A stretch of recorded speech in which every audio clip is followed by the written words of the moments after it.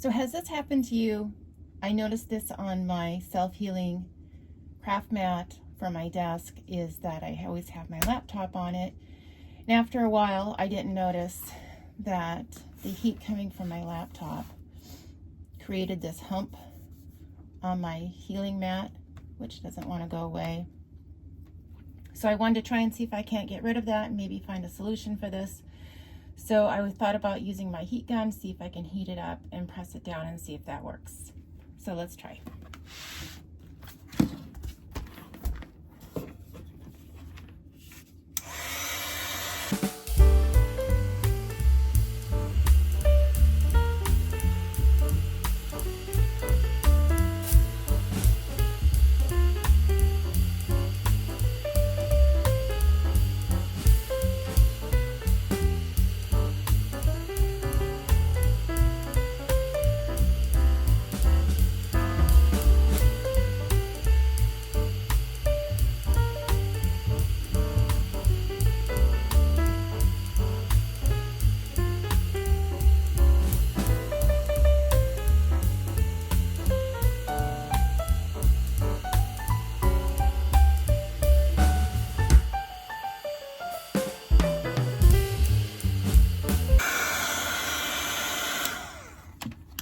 So this is very hot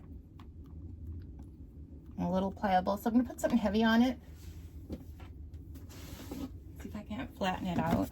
Let it sit here.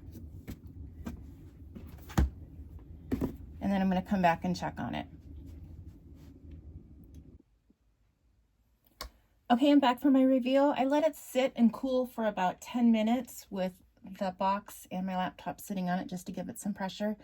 And it flattened out. So I am super excited.